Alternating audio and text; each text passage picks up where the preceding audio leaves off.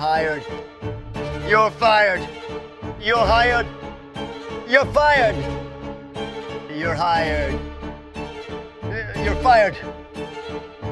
You're hired. You're fired. What's up, guys? It's Benny. For the first decade of his political life, Donald Trump tried to play nice with the people that were out to kill him. They wanted to kill his political career, his business, his family. They wanted to kill him. And when President Trump got his ear pierced by an assassin's bullet and realized that those on the other side were celebrating, he decided to finally take the gloves off. The man who decided not to persecute or prosecute Hillary Clinton when he had every right to in 2016 is a very different man today. Now, ladies and gentlemen, is the revenge arc of President Trump, and he's not going to allow this to happen to anybody else. And the way to clean out the rot and the darkness inside of our federal government that raided Donald Trump's house with a kill order. Did you know that? I just still can't get over that. They had a kill order when they raided Trump's house, when they went into his son's bedroom and his wife's boudoir. They went in with guns drawn, ready to kill. There's a absolute demonic darkness and rot at the core of our government, and it must be uprooted and thrown into the fire.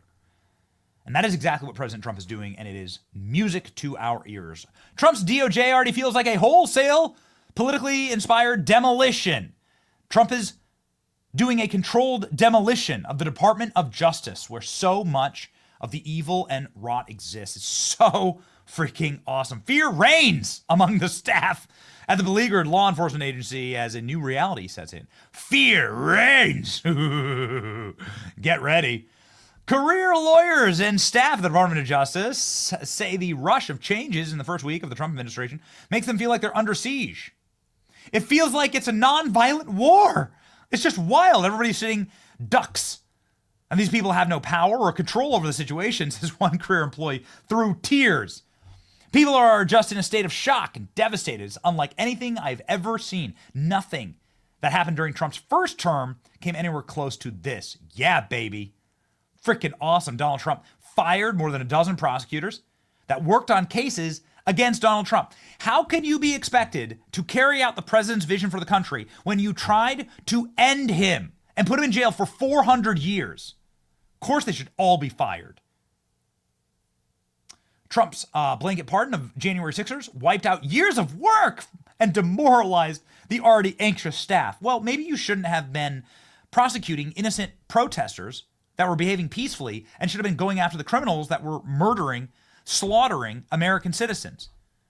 But instead, every single DOJ attorney that could get their hands on a J6 case did so in order to suck the toes of the Biden administration because they thought that Democrats would be in charge and in power forever.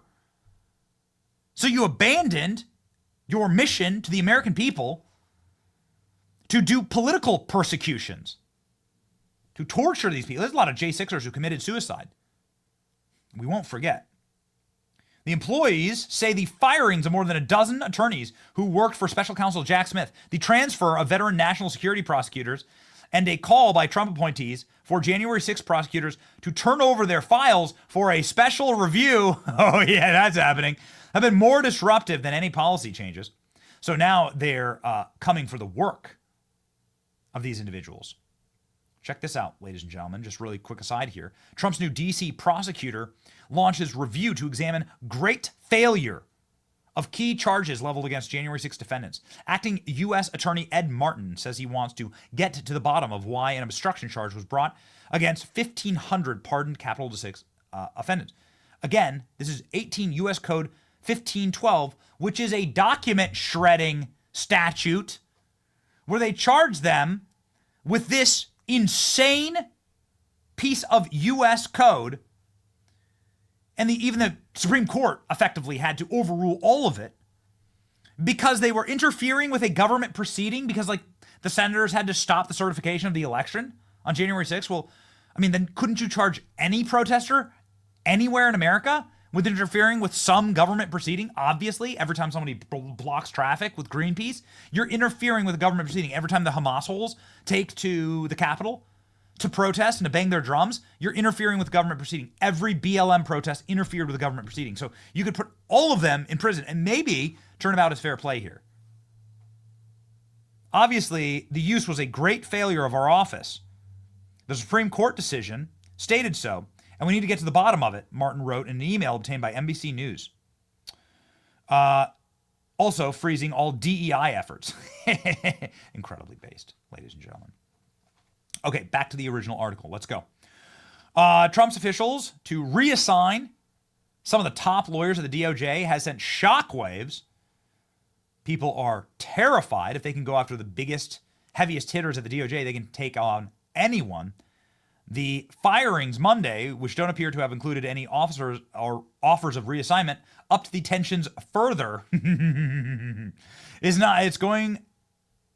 got to be among the most demoralizing moments in the history of the Department of Justice, says one DOJ official. As a flat-out purge of individuals that the administration views as suspect loyalty, having worked on matters they don't like.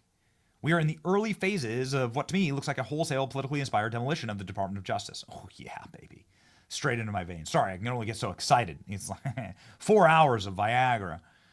Several employees also said the new personnel policies, like Trump administration's demand that employees come back to the office 5 days a week, have done as much to fuel a sense of turmoil among the lawyers and other DOJ. So they're complaining that they have to go to the office 5 days a week and get a fat taxpayer-funded salary. You know, like I pay that salary by going to my office 16 hours a day, 7 days a week. That's how we do this show. That's how we built this channel. And they're complaining. They're bitching about this because these were arrangements put into place nearly 5 years ago. Okay, so they shouldn't have lasted for 5 years. These are pandemic contracts that should have been shredded a long time ago. It complicates the lives of many employees, especially with young children. Find another job. Go work fast food. Government-wide directives, the administration, are calling on them to essentially isolate and find these employees who have been skipping out on work. The fear is also set in among prosecutors who handled cases of the 1,500 people charged in connection with the January 6th riot. Notice how they say riot, not insurrection anymore, because one, that's been proven false in court, and two, they're gonna get sued for it. Anybody who called them insurrectionists will be sued. They already saw their work undermined by the pardons. Undermined, please. The president has the right to pardon anyone he wants to, but especially these peaceful protesters. The sheer number could be an obstacle to significant retribution of DOJ attorneys, including many who rarely get involved in criminal matters. So these people who rarely get involved in criminal, they ran to pledge fealty to Joe Biden. They ran to these prosecutions to help out with these J6 prosecutions. Every one of them should be fired. Obviously, they can't fire everybody. Try us. You ever chilled out with Kash Patel? Let me tell you what, I have, and it's not going to be pretty for these people. Yes, you can fire everyone. So then they go on to complain and bitch more about how they're actually enforcing the law. These people side with the criminals, and they side with the criminal actors who've gone after President Trump, like Jack Smith. Acting Attorney General fires prosecutors who worked on Jack Smith. They thought they'd be in power forever. Justice Department fires more than 8 key officials, former special counsel's team. You know what? Sucks to suck. This is the way. That's right. President Trump conducting mass firing of DOJ officials. Lawfare crooks are officially gone, and this is just the beginning. The Supreme Court ruled in June, says Mike Davis.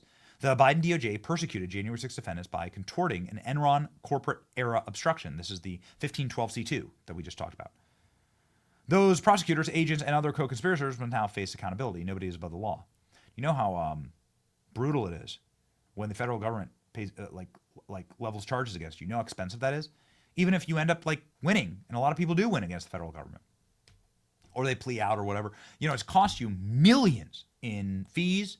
Like there's not enough money in the world for these left-wing causes to support all the lawsuits against these DOJ officials. And this is actually, pain is how you ensure that this never happens again.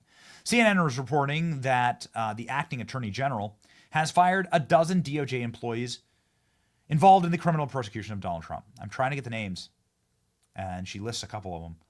I don't know if this includes FBI officials as well. It's sure damn well better. Ladies and gentlemen, this is so awesome. The acting attorney general, his name's James McHenry, he says the officials need to be trusted to faithfully implement the president's agenda, and if they try to put the president in jail, you can't be trusted. Novel, insane concept there. This was promised to you by our channel. We love it when we write, and boy, hot damn, were we right here. President Trump, ladies and gentlemen, and his spokesperson, through Alina Habba, she's also the lawyer to the president, and his legal spokesperson, promised us that this would happen live on our show. Dark warning to Jack Smith and everybody who helped him. Let's go.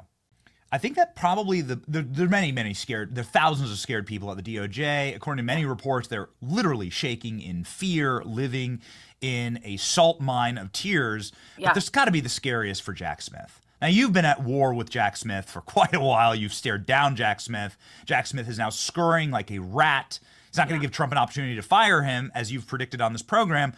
He's going to resign. Your message to Jack Smith? Bye. We're not done with him, because I'll tell you right now, what he did, $50 million of taxpayer dollars. When I say we, I mean the American people. You can't resign and hide from what you did. You cannot. And, for these people that are real tough guys, you're running real quick. And that tells me that we were right. We were right. Every time someone said, I was wrong, she's so stupid, she doesn't know what she's talking about, and I'm screaming on the courtroom stairs, I don't look so wrong right now. Because if you have nothing to hide, where are you going?